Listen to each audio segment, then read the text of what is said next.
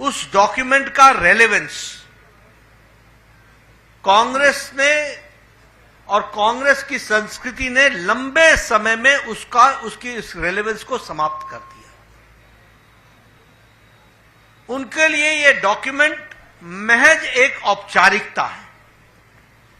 उनके लिए यह डॉक्यूमेंट महज एक रिवायत को पूरा करना है और उनके लिए यह डॉक्यूमेंट लोगों के साथ छलावा करना है।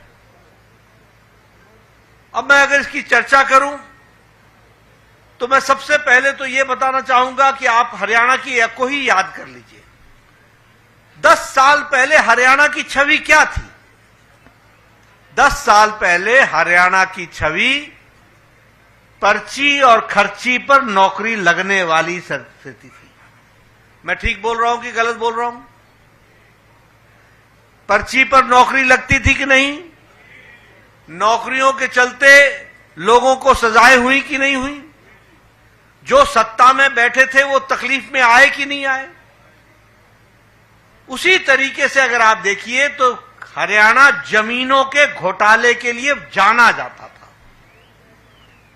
तो अगर हम उन पार्टियों की चर्चा करें तो उनका मैनिफेस्टो, रियल मैनिफेस्टो तो यह था, जमीन का घोटाला, औने पौने दाम में जमीन को लेना और उससे मुनाफा कमाना, किसानों की जमीन को हड़पना और उसके लैंड यूज को बदलना।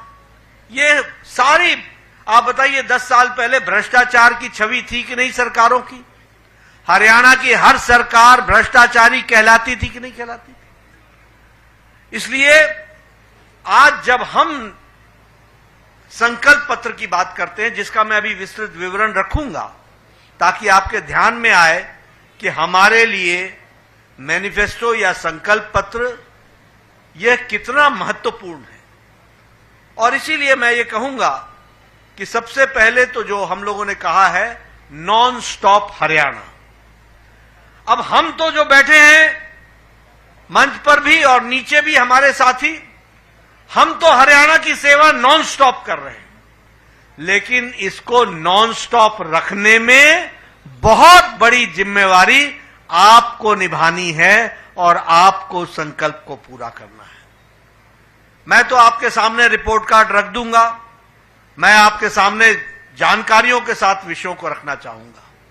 अभी अभी मैं इसलिए कहता हूं क्योंकि how do you assess the seriousness of the संकल्प पत्र?